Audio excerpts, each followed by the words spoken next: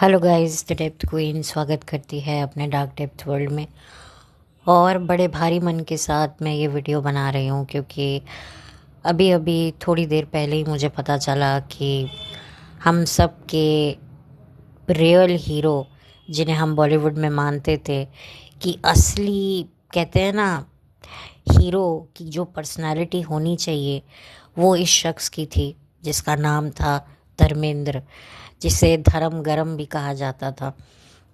लेकिन इस धर्म गरम के कई सारे पहलू हमें देखने को मिले, पर्दे पर भी और पर्दे के बाहर भी। पॉलिटिक्स से भी वो जुड़े रहे, निजी जीवन में भी उनका जो निजी जीवन है वो काफ़ी ज़्यादा सुर्खियों में रहा। उनके निजी जीवन के एक पहलू के ऊपर मैंने कुछ समय पहले वीडियो भी बनाया था, जो आप लोगों ने देखा होगा कि उनकी जो शादी थी अपनी पत्नी के साथ, उस शादी में रहकर उन्होंने एक और शादी की थी बॉलीवुड की ही एक अभिनेत्री से, जो उनके साथ काम करती थी और उन्हें पर्दे पर भी धर्मेंद्र जी के साथ काफ़ी पसंद किया जाता था। और यही वजह रही कि पर्दे पर जिस जोड़ी को पसंद किया जाता था, और जाहिर सी बात है पसंद करने की सबसे बड़ी वजह थी कि उनकी आपस की जो पर्सनालिटी थी, केमिस्ट्री थी, वो लोगों को बहुत अच्छी लगती थी, जिसके चलते उन्हें फिल्में और मिलती रहीं, और फिल्में मिलती रहीं, सेट पर काम करने के लिए वो लोग मिलते रहे, और मिलते मिलते फिर उनकी जो रिलेशनशिप है वो ऐसे मोड़ पर आ गई कि उन्होंने फिर शादी कर ली, ये जानते हुए भी कि धर्मेंद्र ऑलरेडी शादीशुदा है और उनके बच्चे हैं। एक नहीं, दो नहीं, बल्कि दो से ज़्यादा बच्चे हैं। लेकिन उन्होंने अपनी पत्नी को तलाक नहीं दिया, बल्कि हेमा मालिनी और धर्मेंद्र दोनों ने धर्म बदल कर शादी कर ली। तो उस पहलू को मैंने अपने वीडियो में डिस्कस किया था। देखिए, जो हो गया वो हो गया, वो बदल नहीं सकता, लेकिन जो था वो काफ़ी ज़्यादा डिस्टर्बिंग पार्ट था उस वक्त भी, और आज भी किसी औरत के लिए ये सिचुएशन को एक्सेप्ट करना बहुत डिफ़िकल्ट है। तो मैंने उस पहलू पर बात करी थी। मैंने कोई धर्मेंद्र जी के लिए कोई ऐसा हेट मैंने नहीं सोचा, और ना ही फैलाने की मैंने कोशिश की थी। वो बात अलग है कि फिर बाद में उनकी तबीयत ख़राब होने की खबरें आने लगी, और फिर एक ऐसा वक्त आया कि ये खबर भी आने लगी कि धर्मेंद्र अब इस दुनिया में नहीं है। लेकिन फिर बाद में उन्हीं के परिवार ने ही पुष्टि करी कि नहीं, वो स्वस्थ हैं, ये बिल्कुल झूठी खबरें हैं। और फिर ये खबर भी सुनने को आई कि उनका डिस्चार्ज हो गया है और वो घर चले गए हैं। एक पर्सनल वीडियो भी वायरल हुआ जहां पर उनकी पत्नी उनसे बात कर रही थी, उन्हें आवाज़ दे रही थी, जो काफ़ी पर्सनल वीडियो था, जो लीक हुआ, जिसके चलते जिसने ये वीडियो लीक किया उस पर भी कार्रवाई की गई। तो काफ़ी उनकी जीवन का जो अंतिम समय था वो भी काफ़ी कंट्रोवर्सी क्रिएट कर गया। जाने अनजाने जो है उनकी जो तबीयत है, सेहत है, वो बहुत ज़्यादा चर्चा में आ गई, और उसी के साथ वो एक पर्सनल वीडियो जब बाहर आया तो और ज़्यादा उनकी निजी जीवन पर लोगों की नज़र जाने लगी। लेकिन खैर, जब एक्शन हुआ तो रिएक्शन भी हुआ, और फिर जो है ऐसा लगा कि चलो जो हो गया सो हो गया। अब धर्मेंद्र जी अपने घर में हैं, स्वस्थ हैं, और बहुत जल्दी अपने परिवार के साथ अपना 98th बर्थडे 8 दिसंबर को वो मनाएंगे। पर वो हो नहीं सका क्योंकि उनकी डेथ हो गई। और मैं ये वीडियो बना रही हूँ, जब मुझे ये खबर पता चली तो मुझे एक पल के लिए लगा कि ये फिर से कोई एक फेक न्यूज़ है। लेकिन अब तो खैर न्यूज़ चैनल पर भी ऑफिशियली घोषणा हो गई है। बहुत बड़े बड़े बॉलीवुड स्टार्स जो हैं वो जा रहे हैं उनके अंतिम दर्शन को, और अंतिम संस्कार भी उनका हो गया है, दिख रहा है मुझे।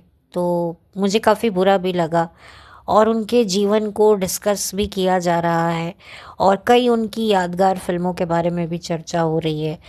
तो मैंने सोचा कि मैं अपने चैनल पर उनकी सबसे यादगार, सबसे प्यारी फिल्म के बारे में बात क्यों ना करूं, जो कि थी चुपके चुपके, जो आई थी 1975 में।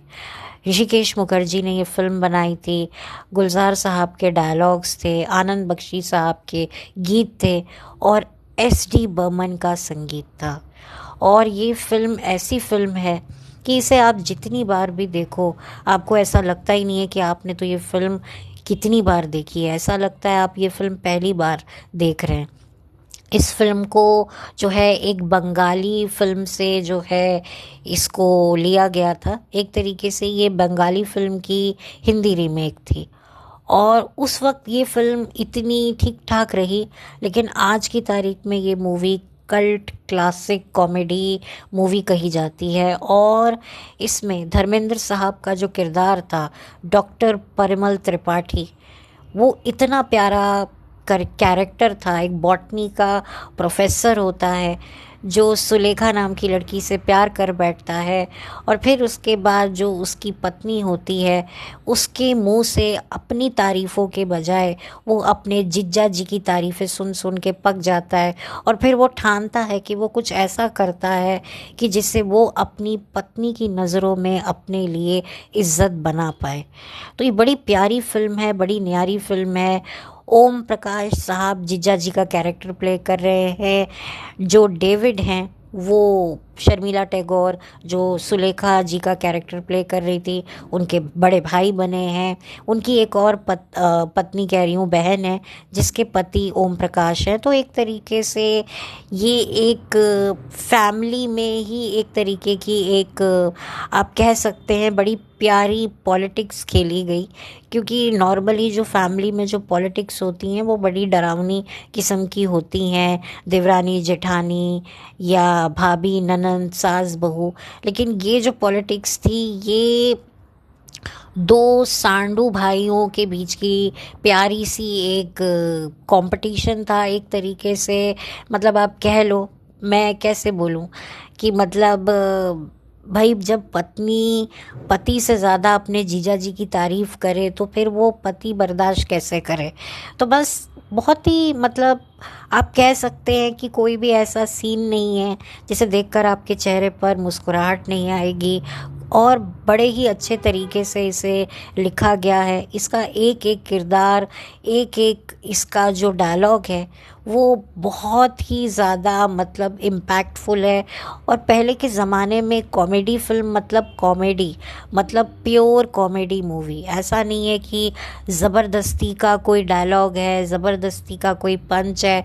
हर एक लाइन जो होती थी वो ऐसी होती थी कि एक आम इंसान बहुत अच्छे से खुद को इस सिचुएशन में रिलेट करके जो है वो महसूस कर सके। अमिताभ बच्चन और धर्मेंद्र साहब की ये एक तरीके से एक ऐसी जोड़ी थी जिन्होंने साथ में काफ़ी काम किया। ज़्यादातर एक्शन मूवीज़ में इन्होंने काम किया, लेकिन इस फिल्म में इनका जो एक आपस में जो इनकी जो बॉन्डिंग थी वो बड़ी डिफरेंट थी। जैसे शोले मूवी एक एक्शन मूवी थी, जय वीरू की दोस्ती और मिलकर धड़ाम धुड़ुम एक्शन करना, गब्बर से लड़ना। लेकिन यहाँ पर जो धर्मेंद्र साहब और अमिताभ बच्चन मिल के ओम प्रकाश साहब की जो है परीक्षा लेने में जुटे हुए थे, तो काफ़ी अच्छा कैरेक्टर दोनों ने प्ले किया और काफ़ी अच्छी आपस का जो इनका जो बॉन्ड था वो देखने को मिला। शायद जय वीरू से ज़्यादा अच्छा मुझे इस फिल्म में इनका आपस का बॉन्ड लगता है। लोगों को तो जय वीरू की दोस्ती बहुत अच्छी लगती है, लेकिन मुझे इस फिल्म में जो इनका बॉन्ड था वो काफ़ी अच्छा लगा था। दोनों फ्रेंड्स थे और धर्मेंद्र को काफ़ी रिस्पेक्ट करते थे, एज अ बड़े भाई मानते थे अमिताभ बच्चन इस फिल्म में, जिसकी वजह से उन्होंने इस प्लान में उनका साथ दिया। इस फिल्म में अमिताभ बच्चन के ऑपोजिट थी जया बच्चन, जो उस टाइम पर जो है उनकी पत्नी बन चुकी थी। 1970 शायद 3 में अमिताभ बच्चन और जया की शादी हुई थी। और कहा जाता है कि इस फिल्म की शूटिंग के दौरान जया प्रेग्नेंट थी श्वेता को लेकर। क्योंकि क्या होता है, पहले फिल्में बड़ी देर देर से बना करती थी, काफ़ी वक्त लगता था शूटिंग में, सालों बीत जाते थे। लेकिन अब तो काफ़ी हाईटेक प्रोविजंस हैं जिसकी वजह से फिल्में शेड्यूल से पहले रेडी हो जाती है। तो इनकी शादी हो चुकी थी। फिर उस दौरान शोले मूवी की भी शूटिंग हो रही थी। तो बहुत सारी फ़िल्मों की शूटिंग्स होती थी और सबके शेड्यूल, सबकी टाइमिंग, हर चीज़ मैनेज एक अलग ढंग से हुआ करती थी, क्योंकि तब एक हाईटेक माहौल, एआई वाला जो आज की तारीख में जो एक माहौल है, एक एनवायरनमेंट है, वैसा नहीं हुआ करता था। ना मोबाइल फ़ोन्स हुआ करते थे, ना पेजर, ना मतलब ऐसी कोई भी सुविधा नहीं होती थी, जिसकी वजह से काफ़ी चीज़ों को बाहर निकलने में, मतलब कम्युनिकेट करने में बहुत टाइम लगता था। मतलब हर चीज़ इतनी आसानी से नहीं होती थी। अब तो हर चीज़ ऑनलाइन होती है, डिजिटल पेमेंट हो जाती है। पहले ये सब नहीं होता था। तो इसमें जया बच्चन जी का भी एक काफ़ी प्यारा किरदार है। असरानी साहब ने इसमें जो कमाल की एक्टिंग करी है, वो भी धर्मेंद्र के दोस्त होते हैं, और किस तरीके से वो शर्मिला के जीजा जी को भी काफ़ी अच्छे से जानते हैं। तो काफ़ी कनेक्शन में कनेक्शन निकलता जाता है और ये कहानी आगे बढ़ती चली जाती है। और केशटू मुखर्जी का भी काम काफ़ी अच्छा है, जो अपने ज़माने के एक ऐसे कलाकार थे जो पर्दे पर एक शराबी का किरदार इतनी बखूबी निभाते थे, पर असल ज़िंदगी में वो बिल्कुल भी ऐसे नहीं थे। असल ज़िंदगी में भी उनकी कहानी काफ़ी ज़्यादा ट्रैजिक रही। उनके जाने के बाद उनके बच्चे, उनकी वाइफ, उनकी भी काफ़ी स्ट्रगलिंग स्टोरी है। उनके बेटे का मैंने इंटरव्यू सुना था मुकेश खन्ना साहब के शो में, जहाँ पर उन्होंने बताया कि उनके भाई की डेथ के बाद उनकी मदर की मानसिक स्थिति कितनी ख़राब हो गई थी। उनके फादर की तो डेथ काफ़ी पहले हो चुकी थी। तो किस तरीके से जब वो काम किया करते थे, शूटिंग किया करते थे। आप लोगों को आमिर खान और माधुरी की दिल मूवी तो याद होगी। उसमें जो आमिर खान के फ्रेंड की जो भूमिका जिस शख्स ने निभाई थी, जो काफ़ी क्लोज़ रहता है, जो काफ़ी साथ रहता है, वो जो फ्रेंड है वो वही केशटू मुखर्जी के बेटे हैं। केशटू मुखर्जी के बेटे ने कई फिल्मों में, सीरियल्स में काम किया, लेकिन वही वाली बात है कि ये एक ऐसे नेपो कोटे से आते हैं जहाँ पर टैलेंट तो होता है पर सपोर्ट नहीं होता। कि मैंने कैटेगरीज बता रखी हैं कि कई तरह के नेपो प्रोडक्ट्स होते हैं जिनमें टैलेंट भी होता है, उनको सपोर्ट भी मिलता है, और कुछ ऐसे नेपो प्रोडक्ट होते हैं जिनके पास टैलेंट नहीं होता पर सपोर्ट होता है, और कुछ ऐसे नेपो किड्स होते हैं, नेपो कोटे से आते हैं, जिनके पास टैलेंट होता है पर वैसा सपोर्ट नहीं होता जैसा वो डिज़र्व करते हैं। तो बस यही रीज़न था जिसकी वजह से उनका भी करियर चल नहीं पाया। तो पहले क्या होता था, पहले जो टीम्स होती थी वो सब रिपीट होती थी। जो पहले जो सारी स्टार कास्ट होती थी ना, वो एक फैमिली की तरह काम करती थी, क्योंकि हर किरदार दूसरी फिल्म में रिपीट होते थे, और जैसे जैसे रिपीट होते थे तो एक दूसरे के मिजाज से वाकिफ़ होते थे, जिससे काम करने में, समझने में आसानी होती थी। अब क्या होता है कि मतलब अब मैं कहो कि अगर मैं ये कहूँ कि अब क्या होता है, अब लोग ये मानते हैं कि भाई जितनी ज़्यादा आर्टिस्टों के बीच में कंफर्ट लेवल होगा, जितना वो एक दूसरे को जानेंगे, उनकी परफॉर्मेंस उतनी ख़राब होगी। तो अब जो मामला है वो बिल्कुल उल्टा हो गया है। इसीलिए अब स्टार कास्ट इतनी रिपीट भी नहीं होती, ऐसा मुझे लगता है। ये मेरा ऐसा मानना है कि शायद यही वजह है कि अब जो पहले जो स्टार कास्ट एक टीम होती थी, जो हर फिल्म में किसी ना किसी नए किरदार में होती थी, वो अब नहीं होता है। एक फिल्म हिट हुई, उसके बाद कौन सी स्टार कास्ट को रिपीट नहीं किया जाता, मतलब रिपीटेशन अब नहीं होता है। पहले रिपीट किया जाता था स्टार कास्ट को कि भाई लोग भी जुड़े रहेंगे कि भाई ये सारे उस फिल्म में थे तो हिट हुई, इस फिल्म में है तो चलो और भी अच्छी कहानी निकल के आएगी। तो लोगों को कैरेक्टर्स, आर्टिस्ट पर, एक्टर्स पर, मेन लीड्स पर, साइड सेकंड लीड पर, साइड लीड्स पर, सब पर भरोसा होता था, क्योंकि सबका मतलब कंट्रीब्यूशन होता था। ये नहीं है कि सिर्फ हीरो ने एक्टिंग करनी है या हीरोइन ने एक्टिंग करनी है। पूरी स्टार कास्ट जो है पर्दे पर, उस सब ने काम करना है, भले ही उनका काम कुछ सेकंड का हो, कुछ मिनट का हो। लेकिन अब क्या है, जो फिल्में बनती हैं वो हीरो हीरोइन या बहुत हुआ तो विलन के लिए बनती हैं, बाकियों को कोई पूछता नहीं है। और अगर कोई रोल मिल भी जाए तो वो इतना दमदार नहीं होता है। तो पहले बहुत ही टीम की तरह काम होता था। आर्टिस्टों में भी एक रिस्पेक्ट होती थी, एक दूसरे को सपोर्ट होता था। जो आर्टिस्ट होते थे वो सेट पर बड़े डाउन टू अर्थ बन के रहते थे।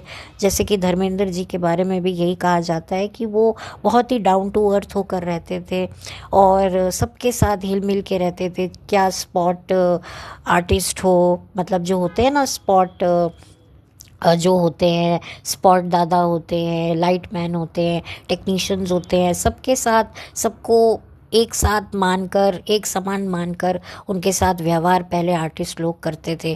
पहले कोई इतनी वैनिटी वैन्स, इतनी सुख सुविधा होती नहीं थी। अब क्या है, सब एक्टर्स के पास अपना अपना मेकअप रूम है। पहले तो मेकअप रूम भी जो होते थे वो एक ही होते थे, सब उसमें एडजस्ट कर रहे होते थे। तो आउटडोर शूटिंग होती थी तब भी इतनी फैसिलिटीज़ नहीं होती थी, सब जुगाड़ लगाकर काम कर रहे होते थे। तो बड़ा मतलब एक दूसरे की मदद लेकर जो है एक रेपो बनता था। अब इतना कंफर्ट है कि हर कोई अपने कंफर्ट में ही बैठा है, किसी को किसी से लेना नहीं है। और अगर थोड़ा बहुत लेना देना है भी तो सबको अपने मोबाइलों में है, सोशल मीडिया में है। तो पहले ये नहीं हुआ करता था, और ये नहीं हुआ करता था इस वजह से जो काम है वो अच्छा दिखता था आर्टिस्टों के बीच में। ये पूरी जो फिल्म है चुपके चुपके, मैं कहूँगी इसे चुपके चुपके ना देखे, इसे सबके साथ देखे। और एक फैमिली मूवी है, हंसी वाली मूवी है और पूरी एंटरटेनिंग मूवी है। और धर्मेंद्र साहब के करियर की मुझे अगर कोई फ़िल्म सबसे बेस्ट लगती है तो वो ये फ़िल्म है। और अफसोस की बात है कि अब हमारा प्यारा परिमल त्रिपाठी हम सबको अलविदा कहकर हमेशा हमेशा के लिए चला गया है और कभी लौट कर नहीं आएगा। और मैं क्या, वो खुद भी अपने इस किरदार को अपने करियर की कुछ चुनिंदा बेस्ट किरदारों में से एक मानते थे। और जिस तरह से उन्होंने हिंदी बोली है, कहने को वो पंजाबी थे लेकिन पंजाबी होने के बावजूद भी उन्होंने जितनी शुद्ध हिंदी बोली है इस फिल्म में, वो बड़ी गज़ब की बोली है, बड़ी कमाल की बोली है।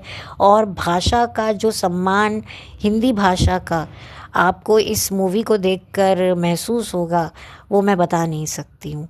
बहुत ही अच्छी फ़िल्म है। कुछ फ़िल्मों की तारीफ़ आप वर्बली भी नहीं कर सकते, वो इतनी अच्छी होती है, उनके लिए कोई अल्फाज भी नहीं होते हैं।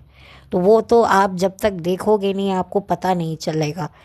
तो मैं ये चाहती हूँ कि हम सब अपने परिमल त्रिपाठी को एक श्रद्धांजलि दें और उन्हें खुशी खुशी विदा करें।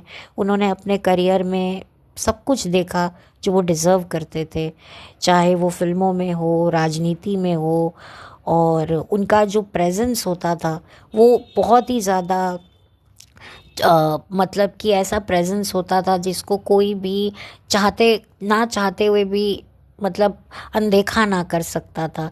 उनका प्रेजेंस ही काफ़ी होता था, उनकी आवाज़, उनका सेंस ऑफ ह्यूमर, उनका डांसिंग स्टाइल इतना यूनिक था कि आज भी, आज की जनरेशन भी उनके उस डांसिंग स्टाइल को बड़ा ही मतलब देखती है। मतलब वाकई उनका जो कहते हैं ना, उनके जो डायलॉग थे, बसंती इन कुत्तों के सामने मत नाचना, उनका वो गाना था, मैं जटे यमला पगला दीवाना।